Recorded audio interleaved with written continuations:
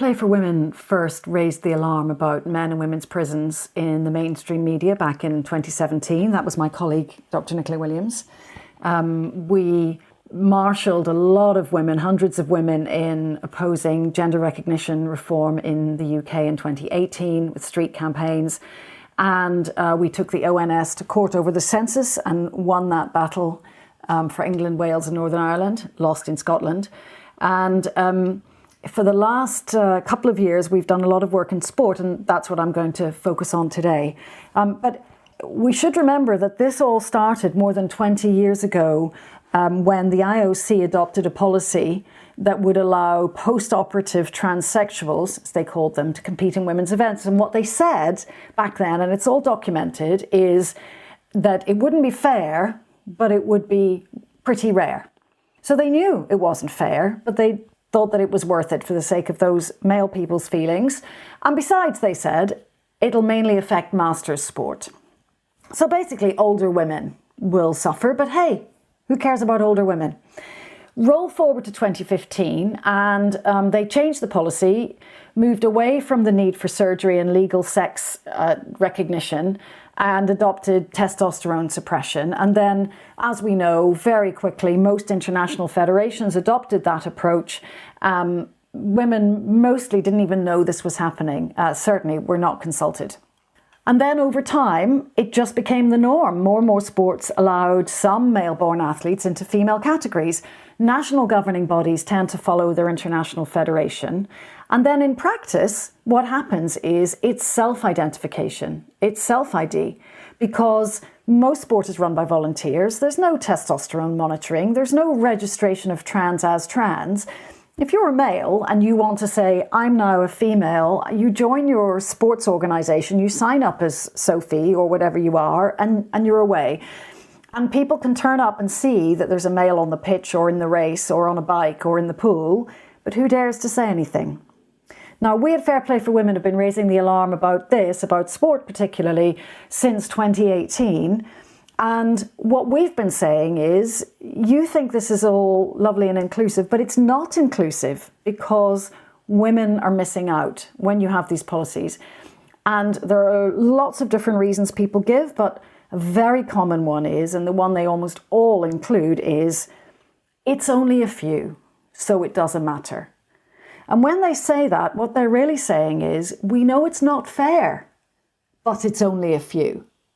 And a few trans women's needs can be met for the sake of unfairness for some women, and that doesn't really matter. Now, the first big breakthrough we had was in 2020 when we participated in a workshop that World Rugby held, where they listened to all the arguments across all sides and concluded that it was simply not safe in rugby to allow male-born players to compete, to be in women's teams. And they justified their new sex-based policy on those grounds, so safety rather than fairness. But of course, the thing that makes it unsafe also makes it unfair. Nonetheless, hardly anyone followed, and we were shocked that the home nations' rugby unions didn't follow their World Federation and reinstate fairness and safety for females, but they didn't. By the time we got to the Tokyo Olympics in summer 2021, there were 3 male-born competitors, 3 people with male puberty advantage in female events, and everyone knows about this one, Laurel Hubbard, who was never anything special. But there was Laurel taking one of a small number of places in the Olympic final. 20 years older than everybody else. And we obviously, wanted really to make the most of that. And still people were saying, oh, but it's only a few. He didn't win. Rather, she didn't win, we said. And then we realised we really had to demonstrate to people that it wasn't only a few, it wasn't only elite sport, and it wasn't about winning. Because most of us don't win, do we, in sport? So it wasn't about that, and we worked really, really hard to try and get stories into the media. And of course, the chilling effect, the fear people have of being exposed is one of the barriers to getting anything into the media, because the journalists say, well, can I talk to them? Can I say their name? Can I say where they are? And these people are terrified. We hear every week from people about the effect of trans inclusion in female sport, in schools, in universities, in clubs, in colleges, and older women too. And but they're afraid to say. So that's an area where we're starting to make some progress, but it's been really, really hard. It's an area you can help with too. But we do get some stories. And actually this cricket story earlier this year was really great. And I think the reason it was critical, why people cared, is it involved a 12-year-old girl. Because what we know is they don't really care about us, do they? But they, even people who purport to be passionate and concerned think that middle-aged women can accommodate everyone else's needs. But the people who are so worried about the poor trans women, they can't ignore a 12-year-old girl. So that's a really useful learning. The other thing that goes with that, which I find quite useful, is they don't care about us, but the EDI people, the social justice warriors, if you say to them, but it's affecting Muslim women, then they've got a real dilemma, haven't they? Then the next big breakthrough was when the Sports Councils commissioned an independent report on what the trans inclusion rules should be. And again, game changer. We thought surely they'll all fall into line. Well, even that took time. But the Sports Councils, this time, they appointed an independent person. They talked to us and other people. They did an incredible report that talks about the terror that people felt talking about this, that people were crying and swearing and shaking. I point people to this report all the time. It's on the website, equalityinsport.org, because it's the best, most objective resource to say, you think this isn't happening? That's because people are afraid to talk about it. And this is not me saying it. It's not WDI saying it. It's the sports councils. And so that's very hard for them to argue with. So there are really graphic, really strong language in there for something as dry as a sport policy document, where they talk about the fear, the crying, the emotion, and I really commend that to you. It's a really useful thing, not just to talk about sport, but to make the point more widely. Of course, they said, testosterone suppression doesn't work. If you want fairness, it has to be female only, and then find other ways to include other people who don't fit. Fine, of course. So when that report came out, we launched a big effort. We basically emailed every sport governing body that we could get to in the UK. There are something like 60 sports, and in many cases they have different governing bodies for the home nation. So you're talking about about 150 governing bodies. I've probably talked about 45 of them now. Some of these people I've emailed 10 times before I got to them.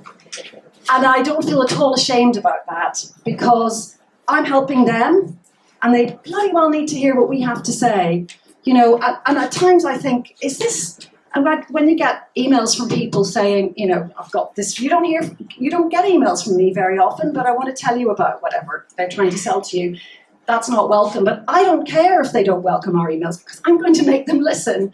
And actually, it's really encouraging that sometimes you think if someone's ignored you 6 or 8 times that they're really never going to respond. But sometimes they do, and part of that is about what's happening in the wider world. So, the kind of basic pitch to them, we get them to talk, but, the fundamental thing to take out of this is that categories in sport are how you enable fairness. It's how you include everyone. If you didn't have categories, you'd just have men. So of course we have to be exclusive. That's the deal. And of course everyone in sport knows that. And we also try and say, of course, empathy, of course, you're trying to do the right thing. What about empathy for women? And as I've said, girls, minority ethnic groups, much more likely to trigger their empathy bones than anything else. So the objection, and this is kind of significant as well, you think it's really obvious, but a lot of people, they think we're objecting to transgender people, but of course what we're saying is it's male advantage in the female category. That's all it is. And sometimes that gets through. I said that external events can be what make a difference. Thank you, Leah Thomas. So you know all about that. And thank you, Emily Bridges. Emily Bridges may come back. We don't really know. We'll see. But anyway, so after those 2 things happened, I started to get a few more people responding to my emails. But I mean, we're still going at it. This week, I've talked to 2 governing bodies, one of whom admitted to me that they said proudly they'd been consulting on this for 6 months, and I was thinking, oh, you didn't contact me then. I didn't say that, but I only got to them because I got onto their chief exec, and he kind of passed me on to them, and they did the whole born in the wrong body thing. I mean, in this day and age. So, as you know, there has been great progress. A number of international federations have reverted to sex at birth. Rugby I mentioned, boxing's always been this way. Swimming was a big win. International martial arts, rugby league, volleyball. Volleyball has this bizarre rule where you're allowed one trans woman in your team, on the court at anyone. Yeah, it's bizarre, isn't it? Okay, but if they're a woman, why wouldn't you have a whole team? And then the big one. Woo! World Athletics. And then that happened. That only happened 9 days ago. That was last Thursday. When Seb Coe made that statement, that we knew straight away that's a game changer. And we had really, in January they announced a different policy, which was testosterone suppression, and they shifted. So well done them. And we know that's a game changer. Now, we also have seen, since that Sports Council report came out, changes in the UK. Finally, all the rugby unions fell into line, not without contortions of all kinds, like trying case-by-case assessment and all kinds of stuff. So, great progress. All of these we talked to. Some of them we talked to very early on. Some of them shared their draft policies with us, and we gave input and changed them. They're listening. This is the thing. Once people get it, they actually realize we're not insane. It's just really sensible stuff. And then yesterday, again, double woohoo. So World Athletics meant that UK Athletics would switch. Athletics is the sport that everyone else looks to for guidance. And so the statement that UK Athletics made yesterday that said, we've had assurances that this is legal, that even people with a GRC can be excluded. It's just massive. So, this is on the way.